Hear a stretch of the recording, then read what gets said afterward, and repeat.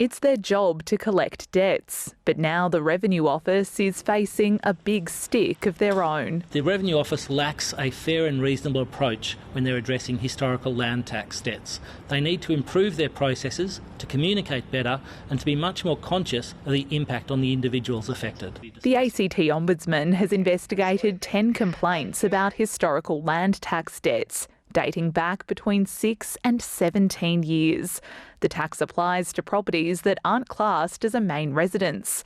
The Ombudsman has found money isn't being recouped reasonably and fairly. The amounts of tax that they were told to pay were quite large. One person who was a pensioner was asked to pay $12,000 within 5 weeks. This report really paints a picture of a government that seems focused on extracting the most it can from Canberrans, regardless of the impact on the people at the other end.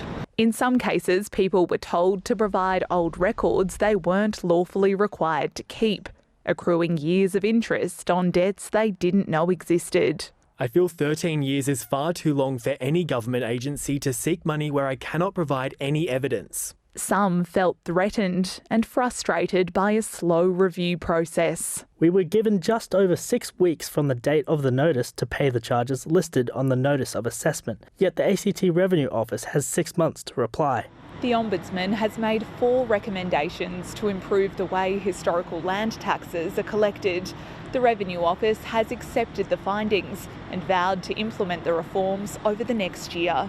A recent ABC Canberra investigation uncovered accusations the Revenue Office was also taking a heavy-handed approach to collecting stamp duty debts. I do want to start today by apologising on behalf of the government, both for people whose stories are laid out in the Ombudsman's report, but to any Canberrans who have had that experience with the Revenue Office where they have felt under threat. The Finance Minister will meet with the Revenue Commissioner tomorrow and is seeking advice about future improvements. That work needs to continue because further delaying it potentially actually compounds the problem. A problem hitting home for many.